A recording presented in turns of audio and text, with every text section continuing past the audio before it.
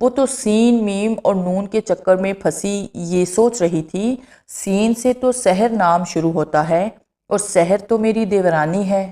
بظاہر تو بھابھی بھابھی کہتے زبان سوکھتی ہے اور اندر سے دشمنی کر رہی ہے، بڑی گنی میسنی ہے۔ اور نون سے نجمہ میری نند ہے، ویسے اوپر سے یہ بھی بڑی اچھی طرح ملتی ہے، بہت پرخلوص نظر آتی ہے۔ اور ہاں میم سے ملیحہ میری بھابھی، یہ تو شروع ہی سے مجھ سے جلتی ہے، جب بھی میرے گھر آتی ہے میرے گھر اور سامان کو للچاتی ہوئی نظروں سے دیکھتی ہیں۔ حسد ان کے لہجے اور نظروں سے صاف ظاہر ہوتا ہے۔ کئی بار کہہ چکی ہیں بھئی تمہارا کیا ہے، تم تو خود بھی کماتی ہو، تمہارے میاں بھی اتنی اچھی پوسٹ پر فائز ہیں، تمہارا تو گھر بھی کرائے پر اٹھا ہوا ہے، تمہیں کس چیز کی کمی ہے۔ وہ یہ نہیں دیکھتی کہ میں نے محنت کتنی کی ہے، میں نے تو شادی کے بعد بھی اپنی پڑھائی جاری رکھی، تعلیم مکمل کی، نوکری کی اور پھر قرضہ لے کر اپنے گھر کی اوپری منزل بنوائی۔ اب کرائے پر اٹھایا ہے تو اس سے قرضہ اتار رہی ہوں، خود تو میرے بھیا کی کمائی پر عیش کر رہی ہے، میری طرح محنت کر کے تو دکھائے۔ ان کا ذہن بڑی تیزی سے چل رہا تھا، شک کا بیج جو عامر صاحب نے ان کے دماغ میں بویا تھا وہ لمحوں میں تناور درخت بن چکا تھا۔ مسز توقیر ایسی تھی نہیں، وہ سیدھی سادی مگر اعلیٰ تعلیم یافتہ قدرے مذہبی خاتون تھی۔ وہ ایک سیکنڈری اسکول میں معلمہ کے فرائض انجام دے رہی تھی۔ وہ بڑی مطمئن زندگی گزار رہی تھی۔ شوہر ایک تجارتی فرم میں مارکیٹنگ مینیجر تھے۔ ان کے 4 بچے تھے، 2 بیٹے اور 2 بیٹیاں، مگر ادھر کچھ عرصے سے ان کے مالی حالات خراب ہو رہے تھے، جس کی وجہ سے وہ سخت پریشان تھی۔ ان کے شوہر کی فرم کچھ دنوں سے خسارے میں جا رہی تھی، جس کی وجہ سے تقریباً 8 مہینے سے ان کی تنہا سٹاپ تھی۔ سو مسز توقیر کو اپنی تنہا سے گھر کا خرچ چلانا پڑ رہا تھا، اس لیے ان کو کافی مشکل پیش آ رہی تھی۔ اسکول میں ٹیچرز آپس میں بے تکلف ہوتی ہیں، سب ایک دوسرے کے حالات سے واقف ہوتی ہیں۔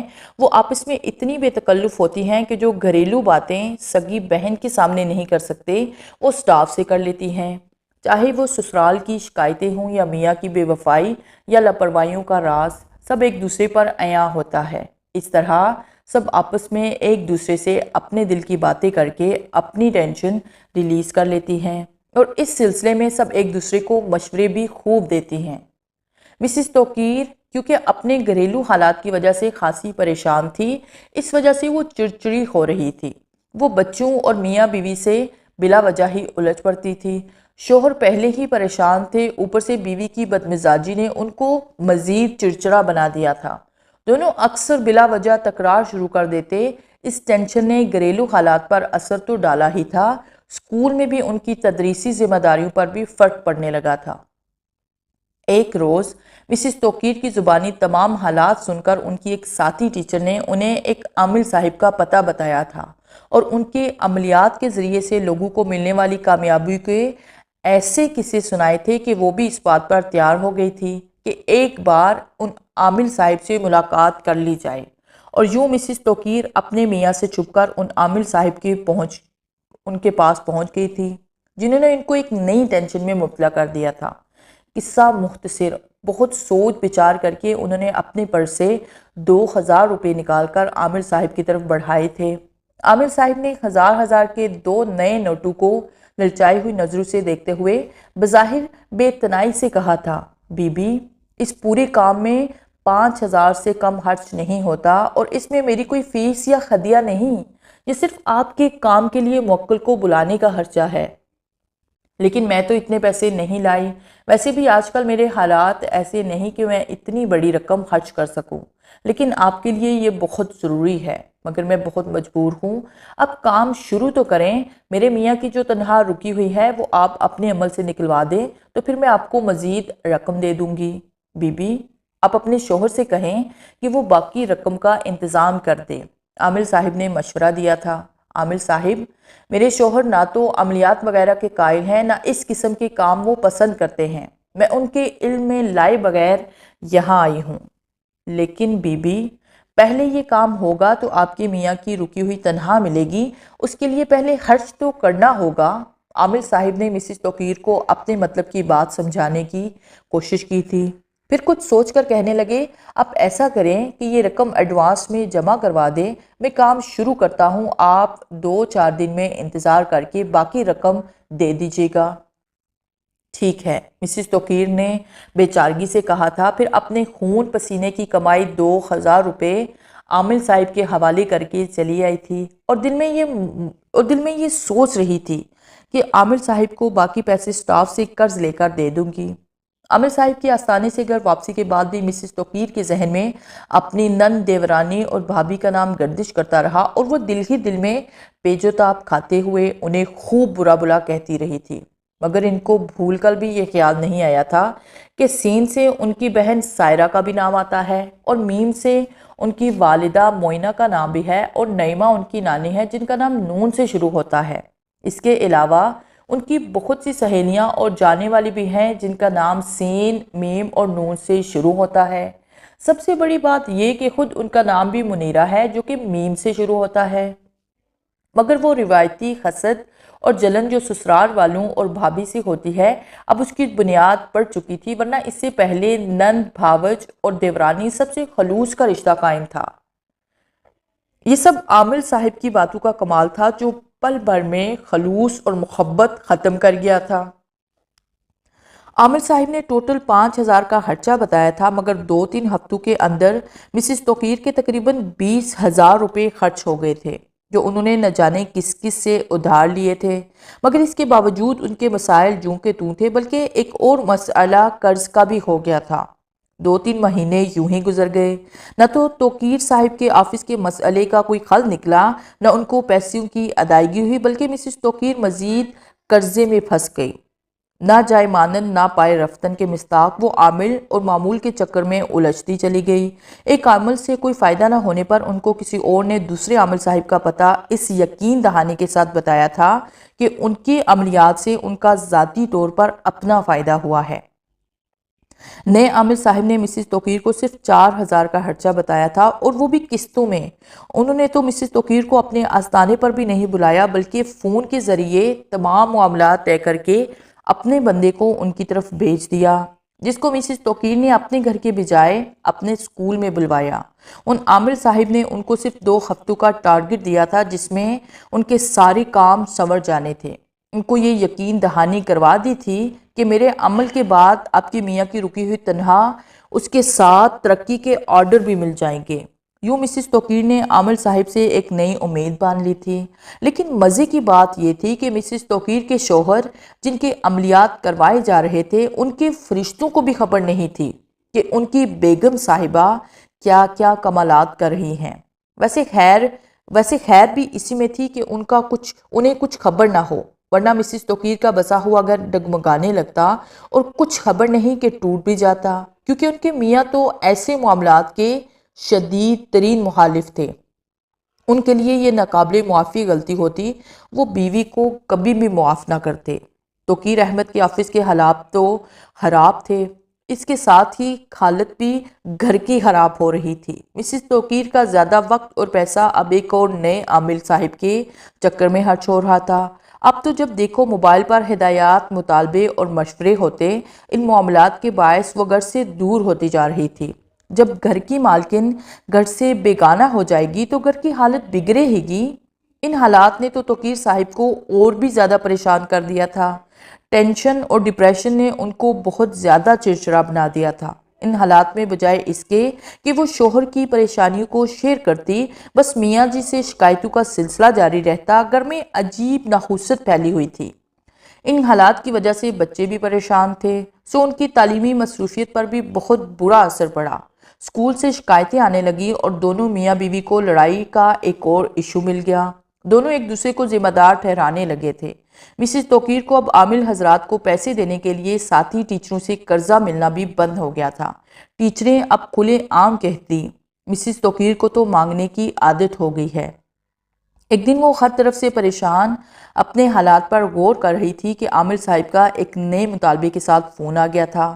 وہ کہہ رہے تھے کہ آپ کے لیے سیمون شریف جا کر پڑھائی کرنی ہے، 11 دن کا چلا ہے، روزانہ 11 کبوتر خرید کر آزاد کرنے ہیں۔ اس کے علاوہ پڑھائی کے لیے جن چیزوں کی ضرورت ہے اس کا بھی خرچہ ہے، پھر آنے جانے کا کرایہ اور کھانے پینے کا خرچ ہے وہ آپ کو دینا ہوگا، اور ہاں روزانہ 11 مسکینوں کو 3 وقت کا کھانا بھی کھلانا ہوگا۔ مسز توقیر نے حساب لگایا تو خرچہ ہزاروں میں ہو رہا تھا۔ وہ بلا کہاں سے اتنا خرچہ کرتی؟ اصل مسئلہ تو پیسوں کی کمی کا ہی تھا، جس کو حاصل کرنے کے لیے انہوں نے مختلف عاملوں کا سہارا لیا تھا۔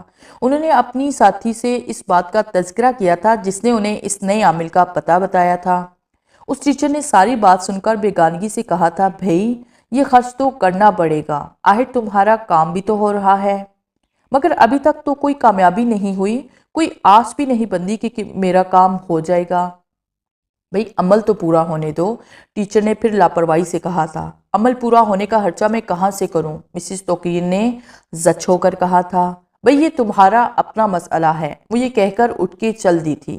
مسز توقیر نے بہت سوچ سمجھ کر عامل صاحب کو فون پر بتایا تھا کہ میں اتنا خرچہ کرنے کی پوزیشن میں نہیں ہوں، آپ کو کوئی نہ کوئی انتظام تو کرنا ہی پڑے گا، اب تو میں اس عمل کی تیاری کر چکا ہوں۔ عامل کے لہجے میں دھمکی تھی۔ اس بات کے جواب میں وہ خاموش رہی تھی تو پھر عامل صاحب نے نرمی سے کہا تھا، دیکھیے بی بی، ہر عورت کے پاس زیورات کی شکل میں کچھ نہ کچھ سونا ضرور ہوتا ہے، وہ فروخت کر دیں، عمل کو بیچ میں ادھورا مت چھوڑیں۔ اب انہیں صورتحال کی سنگینی کا کچھ اندازہ ہوا تھا۔ وہ سمجھ گئی تھی کہ وہ بڑی دلدل میں پھنس رہی ہیں۔ انہوں نے مزید کچھ کہے بغیر فون رکھ دیا تھا، مگر 2-3 دن کی خاموشی کے بعد ایک دن پھر عامل صاحب کا فون آ گیا تھا۔ بی بی، آپ نے تو مجھے فون ہی نہیں کیا، خیر یہ بتائیں کہ پیسوں کا انتظام ہو گیا؟ میں نے تو آپ کو اسی دن جواب دے دیا تھا کہ میں اب کچھ نہیں کر سکتی، مسز توقیر نے صاف جواب دیا تھا۔ مگر بی بی، میں تو آپ کے کام میں پھنس گیا ہوں، جب تک موکل کام مکمل نہیں کریں گے مجھے پریشان کرتے رہیں گے۔ اب عمل کو بیچ میں ادھورا مت چھوڑیں ورنہ۔ مگر میرے لیے اتنا خرچہ کرنا ناممکن ہے، نہ میرے پاس زیورات ہے جو فروخت کر دوں، اور اگر ہوتے تب بھی میں نہیں کر سکتی تھی۔ بی بی آپ مجھے کیوں پھنسا رہی ہیں؟ دیکھیے آپ کے پاس گاڑی بھی تو ہے، وہ فروخت کر دیں۔ یہ بات سن کر تو مسز توقیر اچھل پڑی تھی۔ ان کو کیسے معلوم ہوا کہ شوہر کی گاڑی میرے نام ہے؟ وہ دل میں سوچتے ہوئے بولی تھی، یہ بھی ناممکن ہے۔ تو پھر بی بی آپ ایسا کریں، مکان بھی تو آپ کا اپنا ہے، اس کے کاغذات پر قرضہ لے لیں، آج کل بینک سے بڑی آسانی سے قرضہ مل جاتا ہے۔ اب تو مسز توقیر کا صبر جواب دے گیا تھا۔ انہوں نے بڑی سختی سے کہا تھا، آپ عامل ہیں یا ٹھگ ہیں؟ کیسی باتیں کر رہے ہیں؟ مجھے آپ سے کام نہیں کروانا، بس اب یہ معاملہ ختم کر دیں۔ میں کام شروع کر کے بیچ میں نہیں چھوڑتا، آپ کو یہ خرچ اٹھانا ہی پڑے گا۔ عامل نے پھر دھمکی دی تھی، میں آپ کا یہ نمبر اپنے شوہر کو دے رہی ہوں، وہی اب آپ سے بات کریں گے۔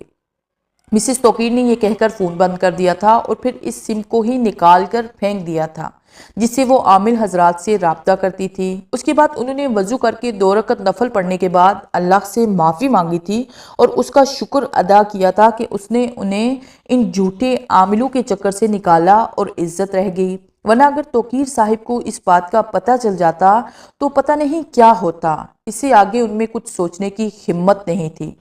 یہی کافی تھا کہ اللہ نے ان کو سیدھی راہ دکھا دی تھی۔ اس کے بعد مسز توقیر نے ایک اللہ والے کے کہنے پر 5 وقت کی نماز، استغفار، درود اور کلمے کی تسبیح پڑھنا اپنی عادت بنا لی تھی، اور روزانہ عشاء کے بعد 2 رکعت نفل حاجت کی پڑھتی اور اپنے حالات کے سدھرنے اور اپنی زندگی میں آسانی کی دعا کرتی۔ مسز توقیر کے گھر کی اوپری منزل پر 2 کمرے بنے تھے۔ انہوں نے توقیر صاحب کی اجازت سے اپنی ایک ساتھی ٹیچر کو اوپر والا پورشن کرائے پر دے دیا تھا تو کچھ مزید اضافی آمدنی آنے لگی تھی۔ پھر گورنمنٹ نے نئی ٹیچرز کا سکیل ریوائز کیا تو ان کی تنخواہ بھی بڑھ گئی اور پھر اللہ کے کرم سے رفتہ رفتہ ان کا قرض بھی ادا ہو گیا تھا۔ اور پھر ایک روز توقیر صاحب خوشی خوشی گھر میں داخل ہوئے تھے اور بیوی بچوں کو یہ خوشخبری سنائی تھی کہ ان کی کوششوں سے کمپنی کو ایک ملٹی نیشنل کلائنٹ مل گیا ہے۔ اب ہماری کمپنی یوں سمجھو کہ پھر اپنے عروج اور کامیابی کے دور کی جانب سفر کرے گی۔ جب ہماری کمپنی کے حالات خراب تھے تو بہت سے لوگ اسے چھوڑ کر چلے گئے تھے، مگر میں نے ان کا ساتھ نہیں چھوڑا تھا۔ میرے اس کام اور عمل سے خوش ہو کر مالکان نے مجھے اور ترقی دے دی تھی اور آئندہ 1-2 روز میں مجھے نئے عہدے کی تنخواہ ما سابقہ بقایا جات ادا کر دیے جائیں گے۔ مسز توقیر یہ خوشخبری سنتے ہی فوراً شکرانے کے 2 نفل پڑھنے چلی گئی تھی۔ سچ بات ہے، اللہ بڑا بے نیاز ہے، وہ اپنے بندے کو جب چاہے جیسے چاہے نواز دے۔ وہ اپنے بندے کو طرح طرح سے آزماتا ہے، جب بندہ آزمائش پر پورا اترتا ہے تو پھر اس کو نوازتا بھی خوب ہے۔